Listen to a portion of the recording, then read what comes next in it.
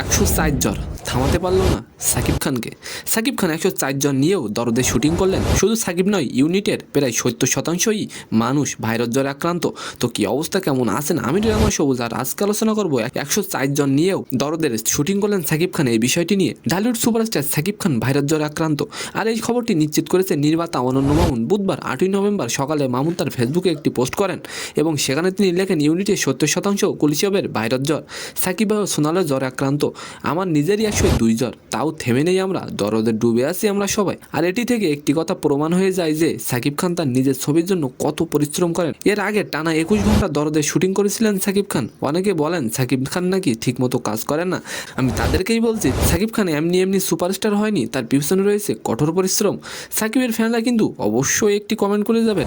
প্রথমবারের মতো pan Indian মুভিতে নাম লিখেছেন সাকিব খান। দরদ নামে সিনেমাটি নির্মাণ করছেন অনন্য মামুন। ছবিটি শুটিং চলছে ভারতে।